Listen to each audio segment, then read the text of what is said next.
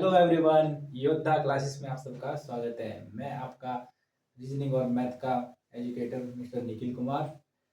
मैं आपको SSC GD और पुलिस के लिए मैथ तथा रीजनिंग की तैयारी कराऊंगा। एसएससी जीडी के जो टेस्ट की डेट है वो जनवरी में तय की गई है और पुलिस की तो अभी पता नहीं कब आएगी, कोई पता नहीं है। तो हम मैथ और रीजनिंग को पूरे बेसिक के साथ पढ़ेंगे और इसके हर एक टॉपिक को बड़े अच्छे से करेंगे और हर एक इम्पॉर्टेंट क्वेश्चन और हर एक चीज़ को हम अच्छे से करेंगे। मेरा टॉपिक आज का है प्रतिशत। प्रतिशत जो कि एक मैथ की जान होती है, उसको मैं आपको पढ़ाऊंगा शुरू से। हर चीज़ को अच्छे से करेंगे, हर चीज़ को अच्छे से देखेंगे। मेरा टॉपिक है प्रतिशत। जैसे मैंने सवाल लिखा है यहाँ पे, 200 का 60% प्लस 300 का 50%। दोस्तों इसको हम कैसे करेंगे? जैसे का मतलब होता है गुणा, यानी 200 गुना 60, और प्रतिशत का मतलब होता है 1/100। हम ऐसे करेंगे, फिर हम प्लस में करेंगे आगे, और फिर 300 का 50, इसका मतलब होता है 1/100। तो आगे हम इसे सॉल्व करेंगे। 200 गुना 60/100 प्लस 300 गुना 50/100।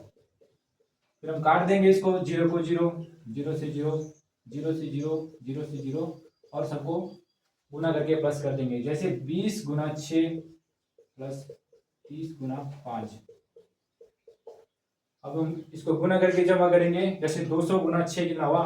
120 प्लस 150, यानी इसका जो फाइनल आंसर आया वो 170 आया। तो जितने भी सवाल आएंगे वो इससे रिलेटेड ही आएंगे।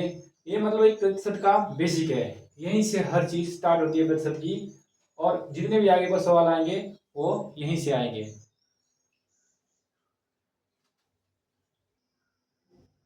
आपके लिए जो दूसरा क्वेश्चन है उसे जरा हम देखते हैं। जैसे क्वेश्चन है, राम की आय जो पहले 630 रुपए थी वो 700 रुपये बढ़ जाती है, तो आय में कितने प्रतिशत की वृद्धि हो जाती है? जैसे कि इस क्वेश्चन में बताया है, जो राम की आय है वो पहले कितनी थी? 630 रुपए, और वो बढ़कर 700 रुपये हो जाती है। यानी वो बढ़कर 700 में से हम 630 को माइनस करेंगे, यानी वो बढ़कर कितनी हो गई? 70 बढ़ गई वो उसकी आय। तो इस सवाल में पूछा है कि जो आय है वो उसमें कितने प्रतिशत की वृद्धि हो गई, यानी जो हम 70 है उसे हम ऊपर लिखेंगे और जो वैल्यू पहले की थी उसे हम नीचे लिखेंगे और उसका प्रतिशत निकालेंगे। सही है? तो फिर हम 0 से 0 काट देंगे और 7 से 63 को काट देंगे। जैसे 9 से कट गया और वैल्यू 100/9 आ गई, और इसे हम भाग कर लेंगे।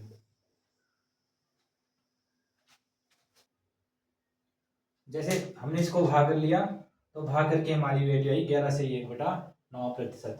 तो इसी प्रकार से अलग अलग से सवाल आएंगे, हम ऐसे ही करते रहेंगे और आगे जितने सवाल आएंगे मैं आपको बताता रहूंगा। उसी तरह का हम एक और क्वेश्चन लेते हैं। जैसे कि क्वेश्चन है, दीपक की आय पहले 2000 रुपए थी और फिर वह बढ़कर 2500 रुपए हो गई, तो दीपक की आय में कितने प्रतिशत की वृद्धि हो गई? जैसे कि दीपक की आय पहले कितनी थी? 200 रुपए, और वो बढ़कर कितनी हो गई? 2500 रुपए। सही है ना? तो हम जो 2500 रुपए की जो वैल्यू है ना, उसे उससे 2000 रुपए माइनस कर लेंगे, तो इसकी वैल्यू आ गई आपकी 500 रुपए।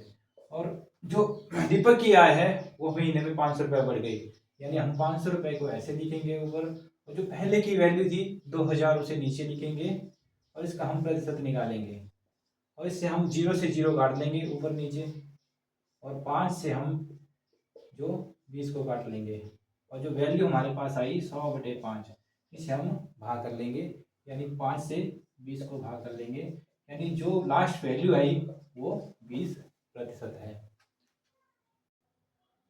आप चौथा सवाल देखिए, एक विद्यार्थी को परीक्षा में पास होने के लिए 40% अंकों की आवश्यकता है। वो विद्यार्थी 200 अंक प्राप्त करता है और वो 8 अंकों से फेल हो जाता है, तो वो परीक्षा कुल कितने अंकों की थी? जैसे कि इस सवाल में देख रहे हैं कि अगर वो 40% अंक प्राप्त करता तो वह पास हो जाता। और वह 8 अंकों से फेल हो गया, यानी कि जो उसने जो अंक प्राप्त किए वो थे 200 और वह 8 अंकों से फेल हो गया। यानी अगर हम इसे ऐड करेंगे तो 208 अंक पूरे हो गए। सही है। तो 40% अंक उसे चाहिए थे, यानी जो 40% अंक की जो वैल्यू है वो 208 के बराबर है। ठीक है, हम इसकी 1% वैल्यू निकालेंगे, यानी हो गया 208/40। और पूरे पूरे जो हम जब निकालते हैं, पूरे अंक जब निकालते हैं तो इसे हम 100 से गुणा कर देंगे। तो ये तो इसे हम काटेंगे, फिर 0 से 0 और 4 से इसको काट देंगे, ये हो गया 104 और 2 से इसको काट लेंगे, ये हो गया 52 और लास्ट में हम इस सब को गुणा कर देंगे, यानी 52 गुना 10। जैसे 52 को हम जब 10 से गुणा करेंगे तो इसकी वैल्यू क्या आएगी, 520। जैसे ही इस प्रकार के सवाल और भी बहुत हैं, आगे भी मैं आपको एग्जाम्पल उसके देता रहूँगा। तो आप पांचवा क्वेश्चन जो देखते हैं वो इस प्रकार है।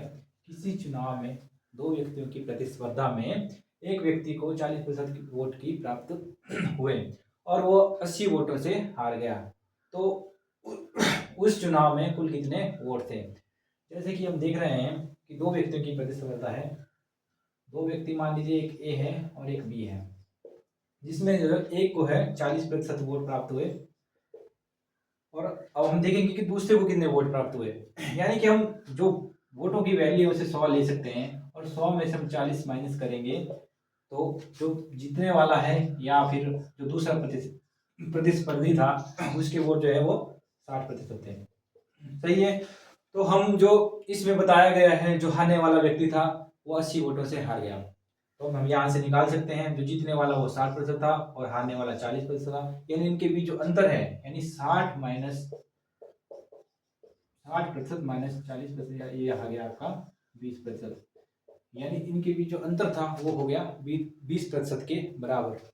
सो यहाँ पे हमें दिया हुआ है जो 20% की वैल्यू है वो 80 के बराबर है, तो हम यहाँ से 1% निकाल सकते हैं। यानी 1% कैसे निकालेंगे, तो एक है वो 1% यहाँ लिखेंगे और 80 के नीचे हम 20 यहाँ लगा देंगे और जब हम पूरी वैल्यू निकालेंगे तो हम उसके आगे 100 से गुणा कर देंगे और यहाँ हम 0 से 0 को काट देंगे और 2 से हम 8 को काट देंगे और 4 को हम 100 से गुणा कर देंगे और जो टोटल वोट हैं वो हो जाएंगे यहाँ पर 400। यानी जो चुनाव हुए थे वो 400 वोटों के लिए हुए थे।